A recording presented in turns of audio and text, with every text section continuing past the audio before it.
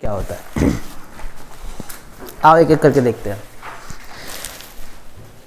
Economic order quantity या फिर reorder level most important topic होता है, मोस्ट इंपॉर्टेंट कंसेप्ट है, ठीक। और आओ इसके बारे में हम लोग एक एक करके समझते हैं। देखो बेसिकली क्या होता है कि एक दुकानदार जो शॉपकीपर होता है, ठीक, जो दुकान खोल के बैठा है, तो उसके पास स्टॉक पड़ा हुआ है, पीछे पूरा भरा हुआ है, हर तरह का स्टॉक इसमें पीछे पड़ा हुआ है, ठीक है।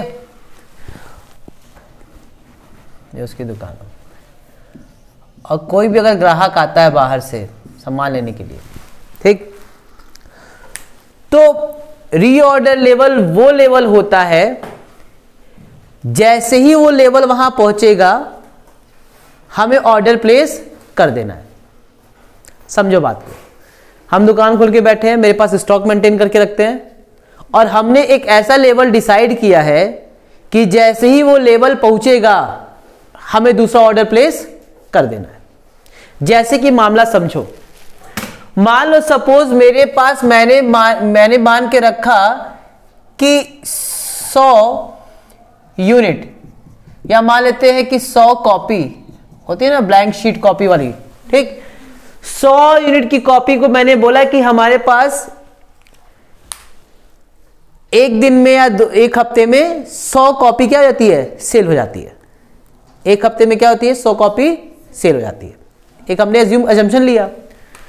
अब अगर मान लो अगर हमने रीऑर्डर लेवल अपना कोई फिक्स नहीं किया तो हम क्या कर सकते हैं, हम ये कर सकते हैं कि जब हमारा ये 100 यूनिट बिक जाए तब हम ऑर्डर मंगवाएं,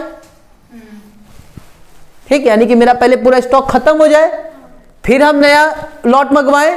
और मान लेते हैं कि एक लॉट में 100 यूनिट आता है। कितना यूनिट आता है, 100 यूनिट आता है, मान लेते एग्जांपल के तौर पर। यानी कि जैसे ही मेरा स्टॉक 0 पहुंचता है, मान लो मैंने बोला कि भैया 0 पहुंचेगा तो हम क्या करेंगे, ऑर्डर करेंगे, ठीक। और ऑर्डर आने में लगता है कम से कम 4 दिन। कितना दिन, 4 दिन। तो अगर मैंने अपना कोई रीऑर्डर लेवल नहीं फिक्स किया कि हमको कब ऑर्डर करना है, मेरे पास कुछ भी ऐसा रीऑर्डर लेवल नहीं है, तो उस केस में क्या होगा, सपोज मेरे पास 100 यूनिट थी, कोई व्यक्ति आया और 100 यूनिट लेकर के चला गया, या मेरा 100 यूनिट खत्म हो गया। अब मेरे पास स्टॉक नाम पे कोई चीज नहीं है। अब हम क्या करने गए, ऑर्डर करने गए, और ऑर्डर हमारे पास कितने दिन बाद आएगा, यानी कि 4 दिन तक मेरे पास कोई कॉपी मेरी दुकान में नहीं है। अब कोई भी अगर ग्राहक आएगा तो हम उसको क्या बोलेंगे, आज मेरे पास कॉपी नहीं है, कब आना, 4 दिन बाद, ठीक। वो ग्राहक चला गया। ऐसे ही कई ग्राहक आएंगे और सारे ग्राहक को हम क्या करेंगे, मना करेंगे। जल्दी से बताओ तुम्हारे मन में क्या आएगा। तुम लोग खुद कई की दुकान पे जाते हो कॉपी या किताब लेने, और जब उस दुकान पे जाओ बोले नहीं है, तो तुम क्या बोलोगे दुकानदार को, दोबारा जेब में नहीं करोगे। उसके पास तो कुछ रहबे नहीं करता, भले उसके पास खूब किताब रखा हो, लेकिन एक बार इंप्रेशन दिमाग में चला गया कि भैया इसके पास तो किताब नहीं।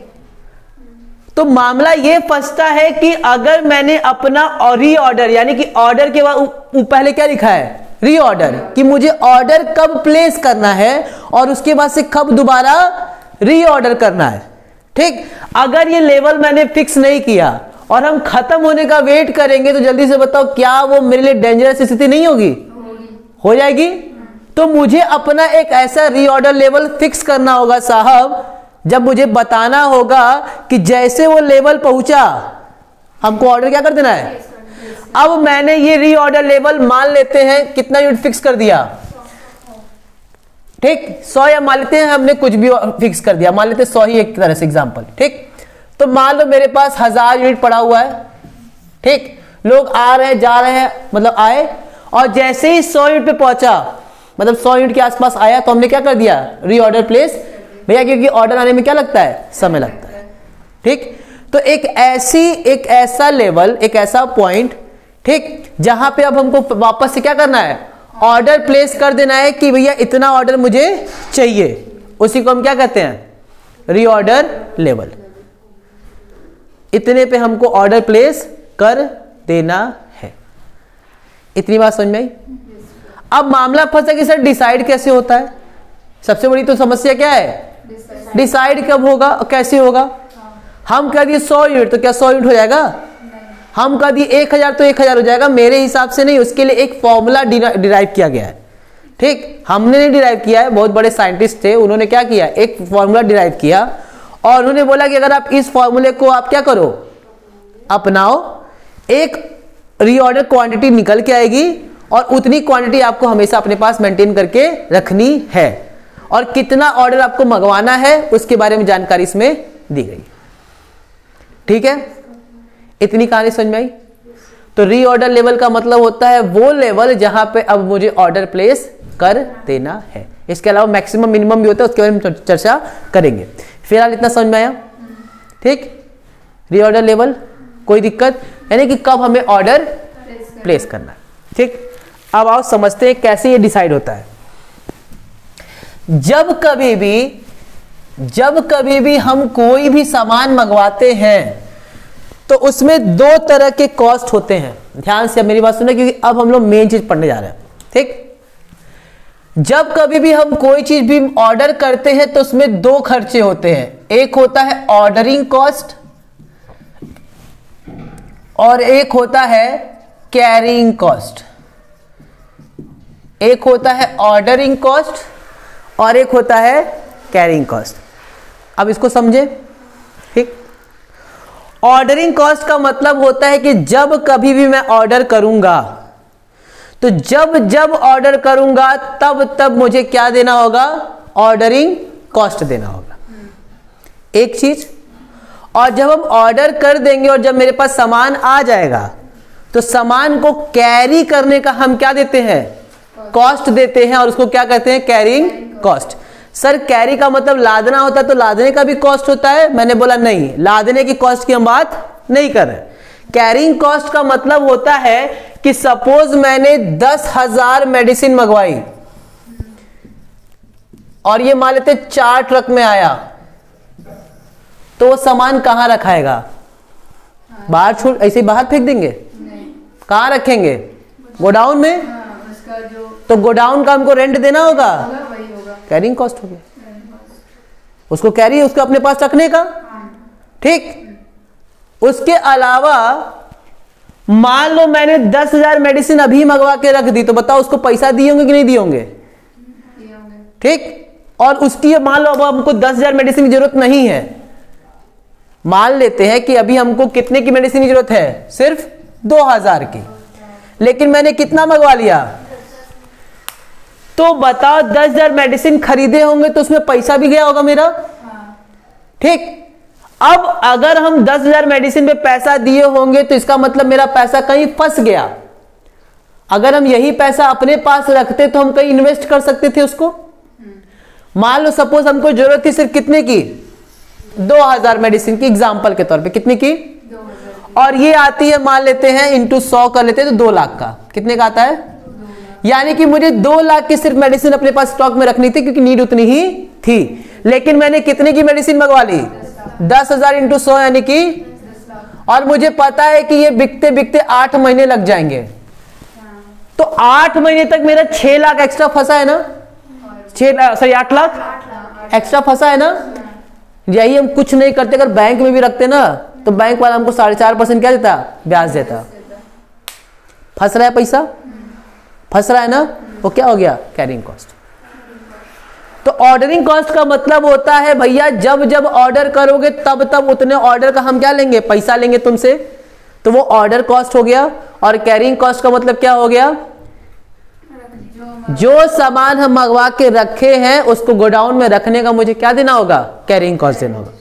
तो 2 तरह के कॉस्ट, किसी भी चीज को हम जब स्टॉक को मेंटेन करते हैं तो 2 तरह के हमको कॉस्ट बियर करने पड़ते हैं।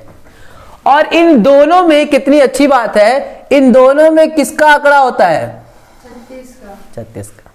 ठीक, दोनों में क्या होता है, 36 का आंकड़ा होता है। अब मेरी बात ध्यान से सुनो, बहुत देसी तुम लोग को एक एग्जांपल देते हैं, ठीक। मान लो बर्थडे है, ठीक, और बर्थडे में पनीर की सब्जी और तंदूरी रोटी मंगवाना है, ठीक। चलो अच्छा ठीक।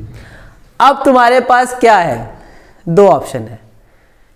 20 तंदूरी रोटी मंगवानी है तो या तो 20 बार फोन करो उसको और हर बार कितना मंगवाओ, एक एक रोटी। तो कितने बार ऑर्डर करोगे, स्विगी वाला कितना लेगा ऑर्डर का चार्ज, 20 ऑर्डर का।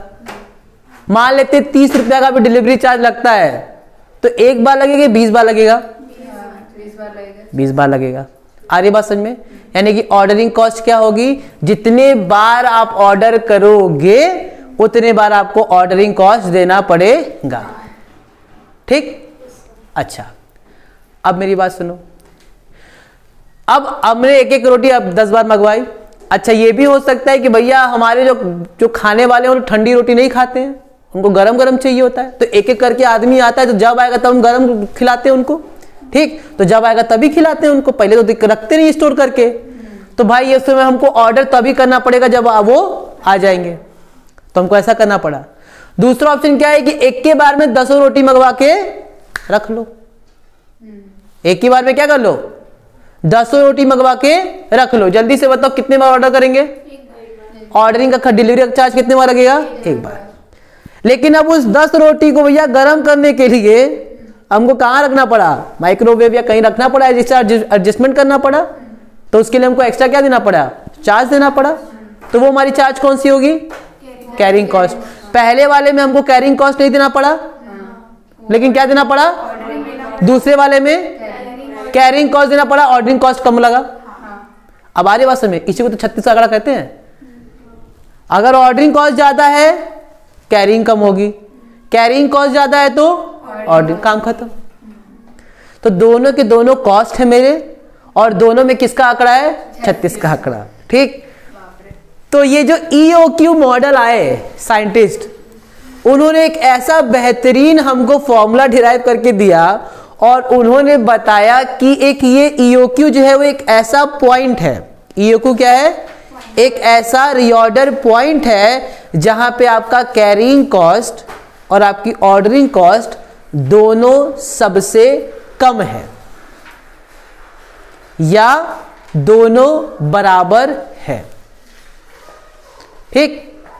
क्योंकि उस पॉइंट की अगर आप कम मंगवाएंगे तो ऑर्डरिंग हो सकता है कम हो लेकिन कैरिंग ज्यादा हो, या अगर ज्यादा मंगवाएंगे तो कैरिंग कम हो, ऑर्डरिंग डिपेंड करता है।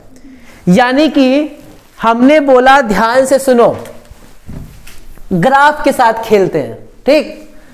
ये बताओ, मान लेते हैं फॉर एग्जांपल ये हमारा ऑर्डरिंग कर देते हैं और ये हमारा कैरिंग, कुछ भी ऊपर नीचे कर सकते तुम्हारी इच्छा, ठीक।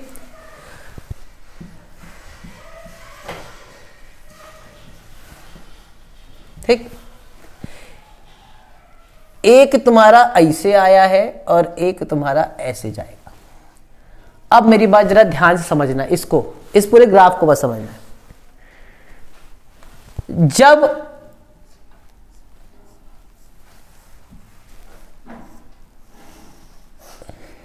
ठीक, यहां पे समझते हैं, अगर हम ज्यादा ऑर्डर करेंगे, मान लेते हैं 2 4 6 8 10 12, 2 4 6 8 10 12 हो गया। बताओ जब हम ज्यादा नंबर ऑफ ऑर्डर करेंगे तो कैरिंग क्या हो जाएगी, ठीक। फिर थोड़ा और कम ऑर्डर करेंगे तो थोड़ा सा कैरिंग बढ़ेगा। देखो ना पॉइंट बढ़ा है ना। फिर थोड़ा और ऑर्डर करेंगे तो कुछ होगा ऐसे। फिर एक पॉइंट हमारी ऐसे निकल के आती है जहां पे हमारे ये दोनों क्या हो जाएगा, मैच हो जाएगा, ठीक। फिर जब इसके हम इधर भागेंगे तो हमारी ऑर्डरिंग कॉस्ट क्या हो जाएगी, कम हो जाएगी, लेकिन कैरिंग कॉस्ट क्या हो जाएगी, ज्यादा हो जाएगी। यानी कि अगर मैं इस पॉइंट के इधर रहूं तो भी गड़बड़, और इस पॉइंट के इधर रहूं तो भी गड़बड़, ठीक। वो एक ऐसा पॉइंट उन्होंने बना के, अभी हम बहुत अच्छे से इसको पूरा लिखवा देंगे, अभी हम बस समझाने की कोशिश कर रहे हैं, ठीक। पूरी की चीजें भी ग्राफ ऑफ सब बनाएंगे, ठीक।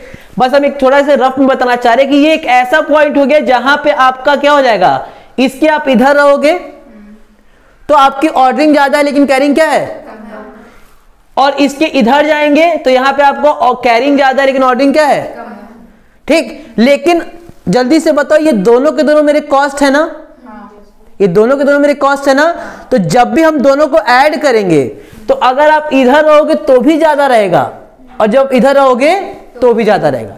लेकिन ये एक ऐसा पॉइंट है जहां पे आपको दोनों को जब ऐड करोगे तो वो सबसे क्या रहेगा, कम रहेगा। और इसी पॉइंट को हम क्या कहते हैं, ईओक्यू। काम खत्म, ठीक। यानी कि अगर आप इस पॉइंट के इधर हो तो हो सकता है ऑर्डरिंग कॉस्ट ज्यादा हो और कैरिंग कॉस्ट कम हो, लेकिन जब आप दोनों को ऐड करोगे तो जो कॉस्ट आएगी वो क्या आएगी, ज्यादा आएगी जब आप इस पॉइंट से कंपेयर करोगे तो, ठीक। तो इस पॉइंट के इधर भी कॉस्ट ज्यादा होगी और इस पॉइंट के इधर भी कॉस्ट ज्यादा, लेकिन यही एक ऐसा पॉइंट होगा जहां पे आपकी दोनों कॉस्ट क्या होगी, ऐड करने पे सबसे कम होगा। कोई दिक्कत? इसका फॉर्मूला कैसे दिया गया है, इसका फॉर्मूला दिया गया है √2AO डिवाइड बाई C, ये फॉर्मूला है, ठीक। क्या दिया गया formula, √2AO divide by C। 2 तुमको नॉर्मली इसमें कुछ समझाएंगे, A का मतलब होता है एनुअल डिमांड, कि तुमको साल भर में कितना डिमांड आ सकती है ये तुमको बताना पड़ेगा। यानी कि ये कौन डिसाइड करेगा, जो बिजनेस होगा वो खुद अपना डिसाइड करेगा, अपना सेल्स फोरकास्ट करेगा, अपना डिमांड फोरकास्ट करेगा और बताएगा कि मेरे पास कितने की डिमांड आएगी साल भर में, इतनी आ जाएगी। उसको हम क्या बोलेंगे, ए, यानी कि एनुअल डिमांड। ओ का मतलब क्या हो गया, ऑर्डरिंग कॉस्ट, और सी का मतलब हो गया कैरिंग कॉस्ट। जब हम इसको रूट से जो भी यूनिट निकल के आएगा उसी को हम क्या बोलेंगे, EOQ। यानी कि उस पॉइंट पे अगर आप सामान मंगवाओगे, उस पॉइंट पे क्या बनाओगे, उतना यूनिट अगर आप मंगवाओगे तो आपकी जो कॉस्ट आएगी वो सबसे क्या आएगी, कम आएगी। ये यूनिट सेट करने के लिए, ये यूनिट सेट करने की, कितना स्टॉक आपको ऑर्डर करना है, कितना स्टॉक आपको ऑर्डर करना है, ठीक। यस, इतनी बात समझ में आई। और इसी EOQ को हम लोग क्या बोलते हैं, रीऑर्डर लेवल। ये सेट हो जाएगा, यानी कि हम लोग फॉर्मूले से अपना क्या निकालते हैं, रीऑर्डर लेवल, कि कितने का मुझे ऑर्डर प्लेस करना है। कहानी समझ में आई, ठीक। क्या अब हम इसको थोड़ा लिख लें और ग्राफ भी बनाएंगे, ठीक है, थोड़ा साफ सुथरा अच्छा वाला, ठीक। अभी तुमने ऐसे ही नॉर्मल समझने के लिए किया, ठीक। अब आओ थोड़ा लिखना स्टार्ट करो।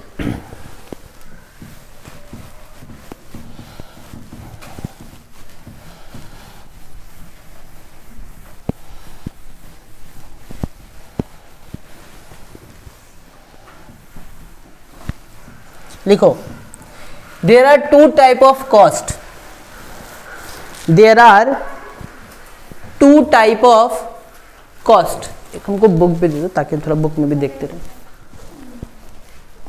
देर are 2 type of cost, one is क्या था, हम भूल गए, हाँ, very good. One is ordering cost and another is carrying cost। अरे वेरी गुड, ठीक है।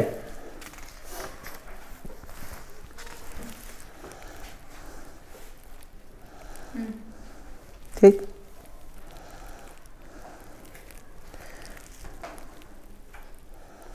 and they both constitute material cost, and they both constitute a material cost. ये ऐसे ही एक नोट टाइप का लिख लो क्योंकि ये इंपॉर्टेंट था। अब हम लोग EOQ पे आते हैं। They both constitute a material cost while ordering, या आप लिख सकते हो, हाँ, वाइल ऑर्डरिंग।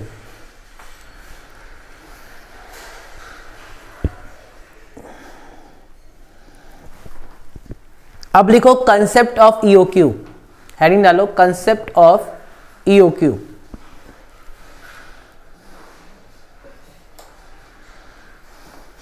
ठीक, EOQ was developed by EOQ was developed by EOQ was developed by F dot N dot Harris,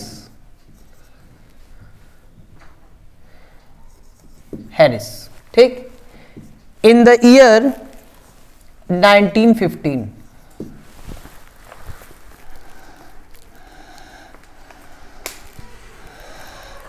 ठीक, F N Harris in the year 1915, 1915 में।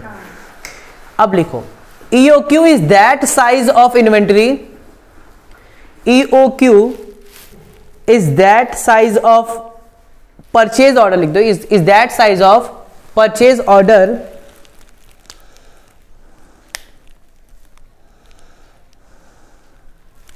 which minimizes total inventory cost, which minimizes total inventory cost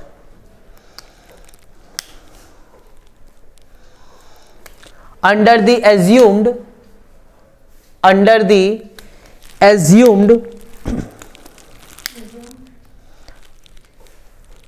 it minimizes total inventory cost under the assumed conditions of the certainty,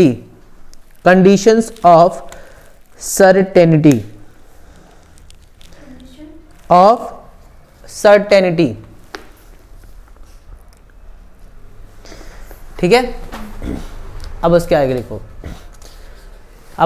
लिखो, ordering cost,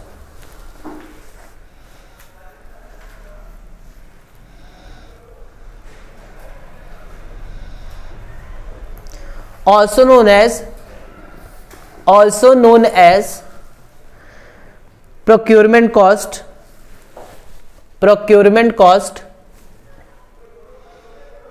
or acquisition cost, procurement, PROCURE, procurement cost और acquisition cost, acquisition acquire करने से acquisition cost.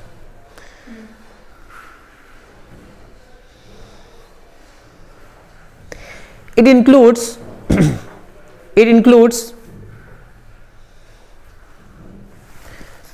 cost of processing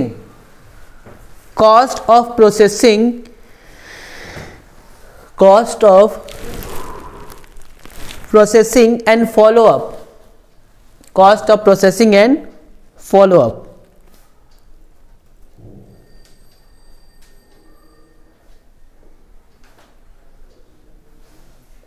ठीक है, such as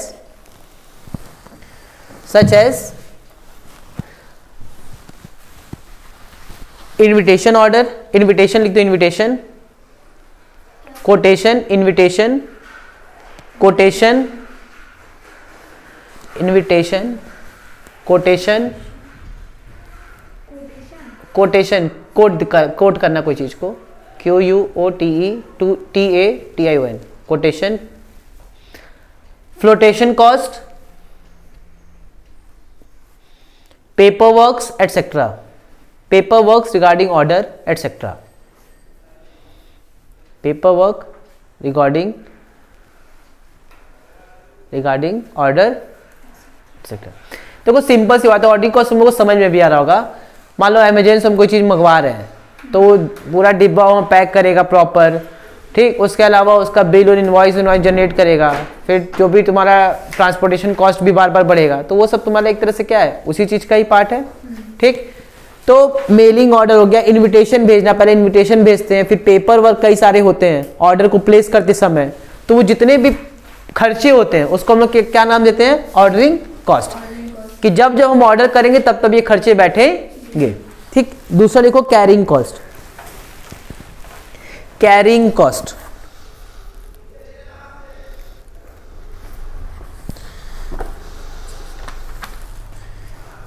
carrying cost और holding cost,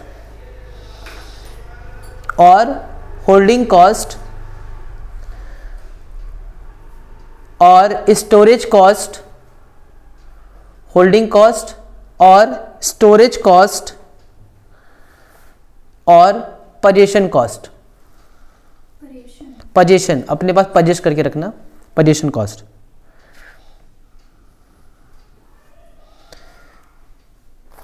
It is the cost associated with it is the cost associated with it is the cost associated with physical storage of material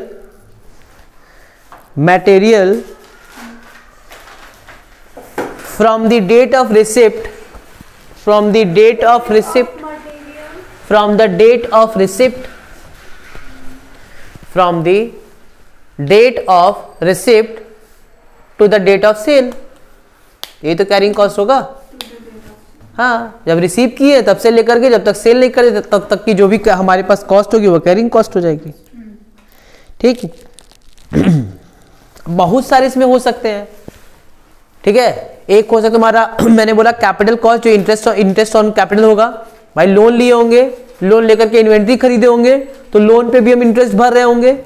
ठीक, तो एक तो वो cost हो गया। दूसरा क्या हो सकता है कि ये पैसा यहां फंसा दिए, अगर हम यहां नहीं इन्वेस्ट करते तो कहीं और करते तो हमारा अपॉर्चुनिटी कॉस्ट हो रहा है, तो वो हो गया। तीसरा और हो सकता है भैया रखे हैं, रेंट देना पड़ेगा गोडाउन का, वो अलग खर्चा है। 4 स्टाफ रखना होगा, उसको सैलरी देनी होगी, कैरिंग कॉस्ट है। ना रहता बास ना बस्ती बांसुरी मतलब ना रखते सामान और ना देना होता कैरिंग कॉस्ट। लेकिन अब क्या है कि हमको सामान रखना पड़ रहा है तो हमको गोडाउन का रेंट देना पड़ रहा है, हमको सैलरी देना पड़ रहा है। अच्छा, उसमें और छोड़ो, इंश्योरेंस, सामान रखे तो क्या कराना पड़ेगा, तो इंश्योरेंस कैरिंग कॉस्ट हो गया। और क्या कैरिंग कॉस्ट हो सकता है बताओ? लॉस बाय थेफ्ट, सामान है तो चोरी हो सकता है। लॉस बाय फायर, स्पॉइलेज का खर्चा। ठीक, मिक्स होने का खर्चा, कई सारे हमारे क्या हो सकते हैं, कैरिंग कॉस्ट हो सकती है। लाइटिंग बिल्कुल, अगर गोडाउन होगा तो लाइटिंग होगा, बिल्कुल होगा, हो तो खर्चे होंगे। बोले ना होता वो, ना तो कितना खर्चा होता। ठीक, तो यानी कि दोनों कॉस्ट एसोसिएटेड होते हैं। अब फिर मैं बता रहा हूं कि ध्यान से मेरी बात सुनना, ये ordering cost plus carrying cost मिला करके तुम्हारी टोटल कॉस्ट ऑफ स्टॉक बनती है, याद रखना। ठीक, परचेज कॉस्ट तो होती है एक अलग से, यानी कि परचेज प्राइस तो होती ही है, साथ में हम क्या जोड़ते हैं, ऑर्डरिंग कॉस्ट, और तब क्या बनती है, टोटल कॉस्ट। और मैंने बताया है एक चीज क्या, कि जैसे जैसे ऑर्डरिंग कॉस्ट बढ़ेगी वैसे वैसे कैरिंग कॉस्ट, या जैसे जैसे ऑर्डरिंग कॉस्ट घटेगी वैसे वैसे कैरिंग कॉस्ट। हाँ, लेकिन ये दोनों के दोनों ही मेरे किसका पार्ट है, कॉस्ट का। मतलब ऐसा नहीं है कि एक बढ़ रहा है घट रहा है तो एक को हटा देंगे, दोनों की कॉस्ट लेंगे। फॉर एग्जाम्पल, अगर मान लेते हैं 100 है तो ये 20 है, ये 80 हुआ तो ये 40 हो गया, ये 60 हुआ तो ये 60 हो गया, ये 40 हुआ तो ये 80 हो गया, और ये 20 हुआ तो ये 100 हुआ। जल्दी से बताओ, ये ऑर्डरिंग कॉस्ट और ये क्या है, कैरिंग कॉस्ट। ऑर्डरिंग कॉस्ट देखो, जब जब घट रहा है तब तब कैरिंग कॉस्ट क्या हो रहा है, बढ़ रहा है। जब हम टोटल कॉस्ट निकालेंगे तो दोनों के दोनों टोटल कॉस्ट का पार्ट बनेंगे, यानी कि 120। ठीक है, और ये जितना भी हमने मॉडल बताया सब के सब EOQ है। 120 टोटल कॉस्ट हो रहा है, मतलब हम किसी भी रख सकते हैं। ठीक, इतनी बस। हाँ, परचेज पे आ रहा है, परचेज तो देखो, परचेज तो रहेगा ही रहेगा। ठीक, परचेज प्राइस होगा, लेकिन परचेज प्राइस के साथ क्या खेल होता है अभी हम देखेंगे। परचेज प्राइस तो फिक्स रहेगी, भाई तुम 10 बार मंगवाओ चाहे एक बार मंगवाओ, प्राइस तो फिक्स रहेगी, लेकिन उसमें एक छोटा सा खेल हो जाता है। और वो खेल बस ये होता है कि आपका जो सप्लायर होता है वो कहता है देखो फुटकर मत ले जाओ, थोक में ले जाओ, तो हम क्या देंगे, डिस्काउंट देंगे। यानी कि तुम 10 बार ऑर्डर मत करो, एक बार रोटी भेज मंगवा रहे हो, इकट्ठे 10 रोटी ले जाओ, तुमको क्या देंगे, डिस्काउंट देंगे, 5 रुपया कम कर देंगे। ठीक, मतलब रोटी की बात नहीं करें, नॉर्मल बता रहे कि मेडिसिन हो गया, बल्क में अगर आप ऑर्डर करोगे, क्या करोगे, बल्क में आप अगर ऑर्डर करोगे तो हम आपको क्या दूंगा, डिस्काउंट दूंगा, अदरवाइज मैं आपको डिस्काउंट नहीं दूंगा। तो परचेज प्राइस के साथ तब खेल होगा जब आप बल्क में क्या करोगे, ऑर्डर करोगे, यानी कि ऑर्डर कम बार करोगे लेकिन ज्यादा करोगे, आई बात, तब परचेज प्राइस का खेल में आता है। लेकिन फिलहाल हम किस पे फोकस करना चाहते हैं, सिर्फ और सिर्फ इन दोनों पे। इतनी बात समझ में आ रही है, कोई समस्या, ठीक। और अब हम लोग एक बार इसका प्यारा सा और अच्छा वाला ग्राफ बना लेते हैं, ठीक है। क्या बना लेते हैं, सुनो, ठीक, आओ देखते हैं। है अलग अलग जगह होगा, कहीं खोजोगे तो मिल जाएगा, ठीक है।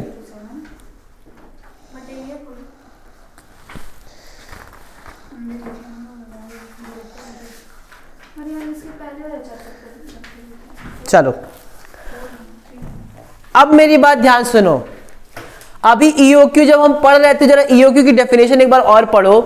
तो लास्ट में कहीं लिखा था, लास्ट की जरा 3 वर्ड पढ़ना, डिपेंड ऑन सर्टेनिटी, ये लिखा था ना, कुछ ऐसी थी, मतलब कि कुछ हम एजम्पशन ऐसा मानते हैं कि जो मेरे साथ होगा वो एजम्पशन ही है, लेकिन हम क्या मानते हैं, कंडीशन ये है कि भैया ये अगर चीजें होंगी तो ये चीजें फॉलो होंगी, यानी कि उन्होंने क्या एक एजम्पशन बोला कि अगर ये चीजें होंगी तभी ये मॉडल क्या होगा, एप्रोप्रिएट बैठेगा।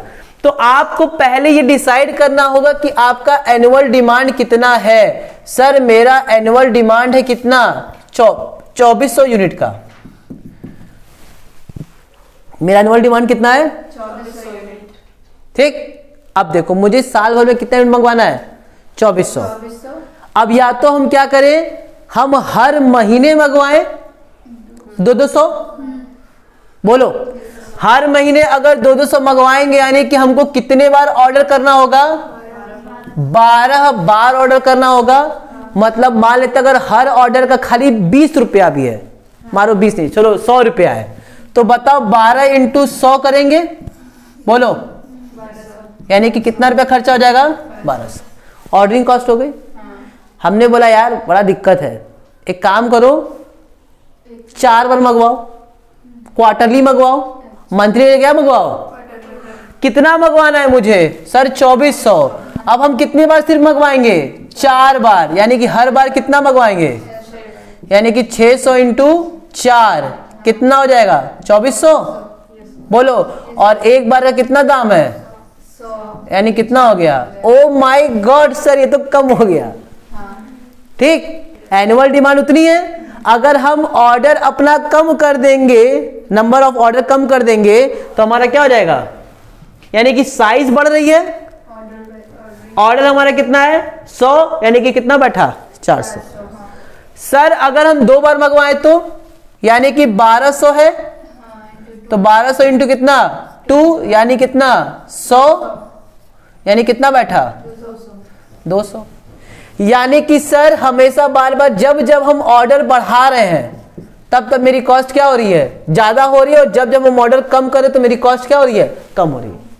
यहां 12 था तो 1200 बैठा, यहां मैंने ऑर्डर साइज क्या कर दी, बढ़ा दी, यानी ऑर्डर साइज बढ़ाई है, और नंबर ऑफ ऑर्डर क्या हो गए मेरे, कम हो गए। जब नंबर ऑफ ऑर्डर्स कम हो गए तो मेरी ऑर्डरिंग कॉस्ट भी क्या हो गई, कम हो गई। फिर मैंने ऑर्डर साइज और बढ़ा दी तो मेरी नंबर ऑफ ऑर्डर्स क्या हो गए, कम हो गए, तो हमारी ऑर्डरिंग कॉस्ट और क्या हो गई। हमने बोला ऐसा है साल भर का डिमांड इकट्ठे रख लो थोक में, ठीक, गोडाउन में आके भर दो, बार बार हमको ये सब नहीं चाहिए कि बार बार फोन करके उसको बोले ला सामान दो, और वो नाटक करता है, पता नहीं है क्या बहाना बनाता है कि सामान है नहीं, ये नहीं है, एक के बाद सामान मंगवा दो पूरा, हमको बार बार का ये सब टिटिम्मा नहीं चाहिए। तो उसने बोला 2400 क्या करो, इकट्ठे मंगवा दो, यानी कि 24 इंटू 1 इंटू 100, भाई एक के बार आएगा डिलीवरी वाला, यानी कितना हो जाएगा 100। ये कुछ कहानी समझ में आ रही है। अब इसका दूसरा पहलू देख लेते हैं। मान लेते हैं कि जो कॉस्ट है वो 2% है, कितना मान लेते हैं 2%, या कटने पिटने वाला मान लेते 10% मान लेते हैं, हटाओ 10% है, ठीक। अब मेरी बात जरा ध्यान समझना, यहां पे हम कितना मंगवा रहे हैं, तो 200 का 10% मान लेते कितना हुआ 20 बैठा, ठीक, अब हम कितना मंगवा रहे हैं? तो 600 का 10% कितना हो जाएगा? ओ माय गॉड, अब हम कितना मंगवा रहे हैं? तो कितना हो गया? और अब हम कितना मंगवा रहे हैं? कितना हो गया? अब कुछ कहानी समझ में आ रही है? सर एकदम ऐसा मिलता है एग्जाम्पल ही काम करते हैं, 10 की जगह और लेते हैं, 20% के आसपास लेते हैं और मजा आएगा। कितना ले लो तो और मजा आएगा थोड़ा। 20% अगर ले तो कितना हो जाएगा? और करो 40, ये कितना हो जाएगा? 120, ये कितना हो जाएगा? 12 × 20 240, और ये कितना हो जाएगा? 480। अब कुछ कहानी समझ में आ रही है? ये सब के सब हमारे क्या होंगे? कॉस्ट। ये हमारी क्या हो गई? ऑर्डरिंग कॉस्ट, और ये क्या हो गई? Carrying cost. और ये दोनों मिलके मेरे क्या बनेंगे? Total cost. कहानी समझ में आई? लेकिन अब जरा बताओ, जब हम ज्यादा ऑर्डर मंगवा रहे तो ऑर्डरिंग कॉस्ट ज्यादा है, लेकिन बताओ साइज क्या है? 200। अच्छा, 200 मंगवाने के लिए हमको कम ही पैसा चाहिए रहा होगा, तो मेरा पैसा भी कितना फंस रहा है? कम। तो मेरा उस पे जो पैसा फंसने वाला पैसा क्या होगा? कम रह रहा है। केवल 20% अगर हम मानते हैं तो 20% के हिसाब से फंस रहा है। यहां पे हमारा 600 रुपया फंस रहा है, या हमको गोडाउन रखना पड़ा, उसके लिए रेंट देना पड़ रहा है। तो 600 जब साइज ज्यादा हो रही है तो हमको कॉस्ट भी क्या करना पड़ा है? ज्यादा बियर करना पड़ा है। अब हमको इन्हीं 4 में से डिसाइड करना है कि साहब कौन सा हम एप्रोप्रिएट माने। तो हमने बोला कि ये कितना हो जाएगा? 1240, ये कितना हो जाएगा? 520, बोलो, ये कितना हो जाएगा? 440, और ये कितना हो जाएगा? अब इन चारों में से जो सबसे सस्ता होगा, मतलब सस्ता तो सबसे कम होगा, ठीक, वही हम लोग अडॉप्ट करेंगे। वो हम अडॉप्ट नहीं करेंगे, वो नहीं करेंगे, हम बता रहे कैसे होगा हिसाब किताब। जो सबसे कम होगा उसको अडॉप्ट करना चाहिए, यानी कि 440। अब आप जब निकालोगे इसका EOQ, ये एग्जैक्ट फिगर ना आए, ठीक, लेकिन जो फिगर आएगी वो इसी के आसपास आएगी। देखा जाए क्या करके? देखने से वैसे तो अभी थोड़ा हो सकता है आंसर, क्योंकि हम लोग यहाँ पे सीधे 200 रुपए कॉस्ट ले लिए हैं। कॉस्ट उसकी पर यूनिट के हिसाब से होती है, ठीक, और पर यूनिट के हिसाब से एक जो क्वेश्चन करेंगे तो ऑटोमेटिक हम लोग देख लेंगे। फिलहाल इतना समझ में आ रहा है? 440, क्योंकि इस समय क्या है? ऑर्डरिंग कॉस्ट भी सबसे क्या है? हालांकि इसके बाद भी ये कम हो रही है, लेकिन हम एक ऐसा लिए जहां पे ये भी कम हो और ये भी कम हो, ठीक, और ये दोनों मैच कर जाती है। अगर हम इसका EOQ निकालेंगे ना, तो EOQ निकालते समय ये दोनों क्या हो जाएंगे? मैच हो जाएंगे।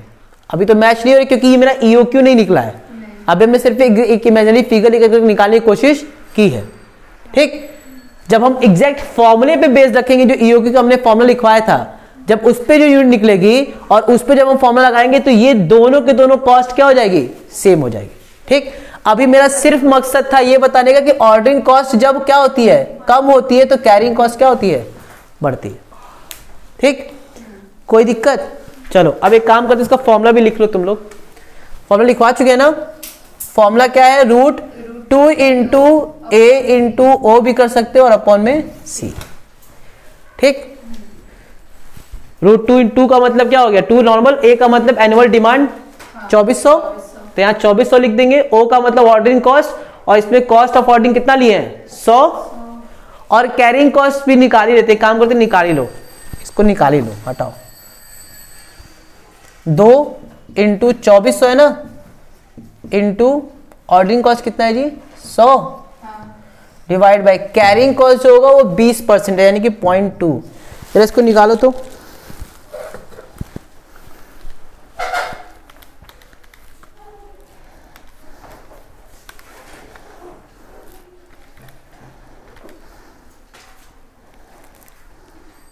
$2,40,000